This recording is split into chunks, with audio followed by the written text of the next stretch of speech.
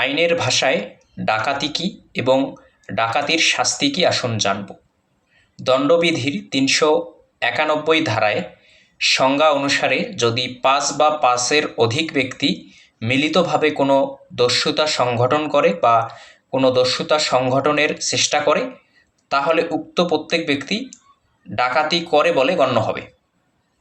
শাস্তি হিসেবে দণ্ডবিধির ৩৯৫ ধারায় বলা হয়েছে, কোনো ব্যক্তি যদি ডাকাতি করে তবে উক্ত ব্যক্তি যাবজ্জীবন কারাদণ্ডে অথবা ১০ বৎসর পর্যন্ত যে কোনো মেয়াদে সশ্রম কারাদণ্ডে দণ্ডিত হবেন এবং তদুপরি অর্থদণ্ডেও দণ্ডনীয় হবেন। ডাকাতি উইথ মার্ডার অর্থাৎ খুন সহকারে ডাকাতি। দণ্ডবিধির ৩৯৬ ধারা মতে যদি মিলিতভাবে ডাকাতি অনুষ্ঠানকালে ৫ বা ৫-এর অধিক ব্যক্তি যে কোনো একজন অনুরূপ ডাকাতি অনুষ্ঠানকালে খুন করে, তবে তাদের প্রত্যেকে মৃত্যুদণ্ডে অথবা যাবজ্জীবন কারাদণ্ডে অথবা ১০ বৎসর পর্যন্ত সশ্রম কারাদণ্ডে দণ্ডিত হবে। তদুপরি অর্থদণ্ডেও দণ্ডিত হবেন।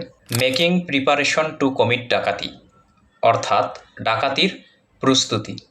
দণ্ডবিধির ৩৯৯ ধারা অনুসারে কোনো ব্যক্তি যদি ডাকাতি অনুষ্ঠানের জন্য কোনোরূপ প্রস্তুতি গ্রহণ করে, তবে উক্ত ব্যক্তি ১০ বৎসর পর্যন্ত যে কোনো মেয়াদে সশ্রম কারাদণ্ডে দণ্ডিত হবেন এবং তদুপরি অর্থদণ্ডেও দণ্ডিত হবেন।